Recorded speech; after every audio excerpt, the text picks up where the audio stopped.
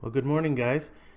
Today I'm trying a different approach to these YouTube video reviews, and I'm going to try the voiceover with the hope that it'll create a smaller file for quicker upload to YouTube. Um, so hopefully this will work. Today I'm going to be talking about the first part of one truly great and influential publication, a book that's perhaps had more influence on me than any other book, perhaps second to the Bible. I'm trying to think of any others that would have been more influential to me. I'm sure it was, I'm assuming that it was more influential to me than uh, Confessions, than Tolstoy's War and Peace and Tolstoy's Religious Confession, and then the Fioretti of St. Francis. Anyway, but all these matters are speculative. Now, the publication from the Penguin Classics series by Plato, entitled The Last Days of Socrates, is actually a collection of four different Platonic dialogues, which all have as their setting the last days of Socrates' life from his trial to his death. Now, they weren't all written by Plato at the same time, and they're not in this sense historical records of what happened. In fact, the only times that Plato ever makes an appearance in his own dialogues is mentioned, his name is mentioned once or twice in these four dialogues, but incidentally. Plato's relationship with Socrates is very much unknown to us. He doesn't ever appear in the dialogues as a speaker. He was far too young to have played any important role in Socrates' life. The names of the dialogues, of the Platonic dialogues, are usually names of people who knew Socrates, usually important people in the political and sometimes intellectual scene in Athens and Greece as a whole. And all these people were, of course, from the generation before Plato. Um, the first dialogue, which I'll be talking about today, is the least important of the four that appear here. It's the Euthyphro.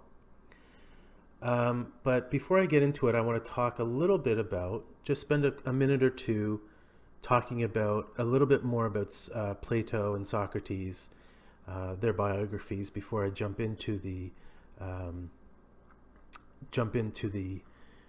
a description of the dialogue Euthyphro itself.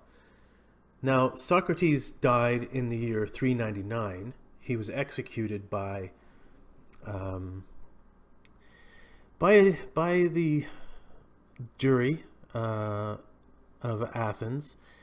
Athens, as we know, has been said to be, the cradle of democracy and all that business, and the cradle of rationality and all that stuff. But it very much had the history of basically any other state in the ancient world or in the modern world. It was a series of coups and different governments and different arrangements and so on.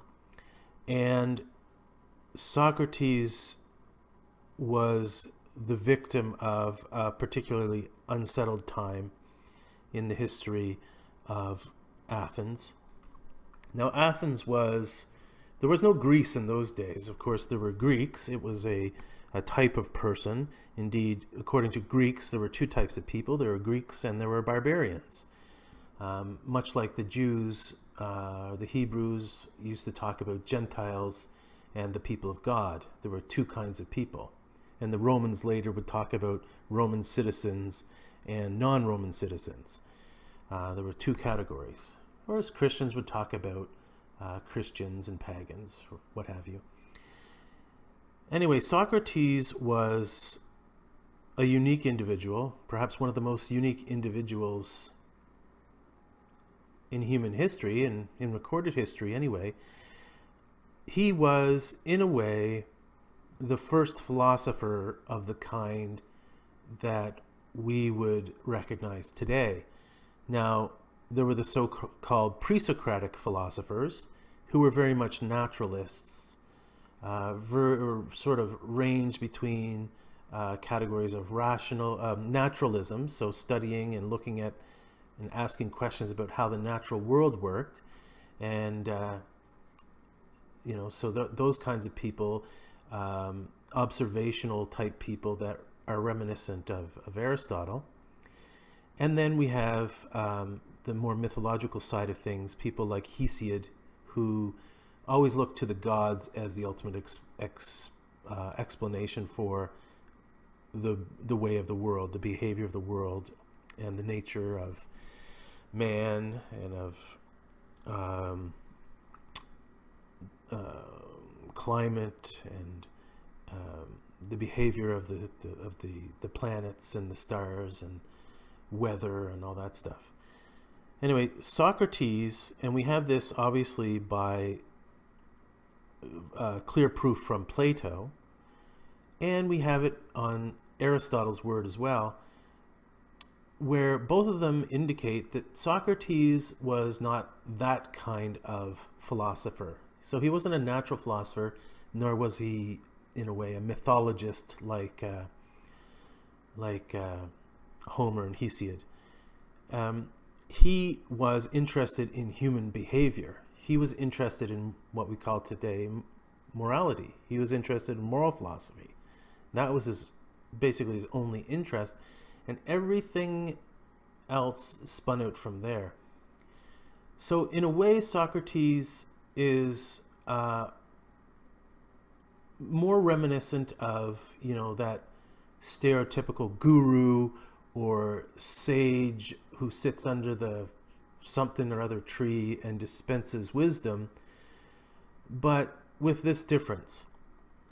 Socrates' essential position was that he was someone who didn't know anything. Okay? Socratic doubt, the Socratic method. He began by questioning the basic presuppositions of life. And it looks like that had a great deal to do with his demise in 399.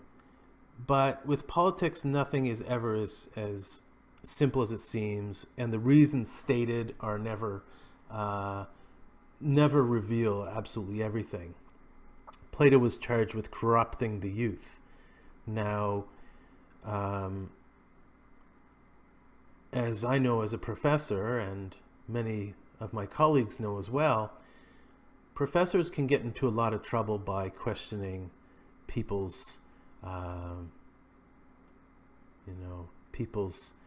special sacred ideas. Socrates was a bit of an iconoclast in that regard,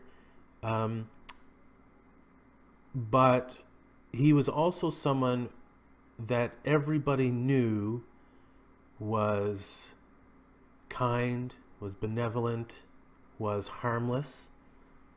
He was a man of his word, he was a man of honor, all those things. He was also, in his youth, a fearless soldier. He was always a man of principle. And as he says himself, he had no political power, he had no wealth. He wasn't interested in those things. If you could have proved to him that those were the important things of life, then he would have valued them. So Socrates doubted everything. Well, I should say, we might be able to characterize that a bit differently in the future when we look at the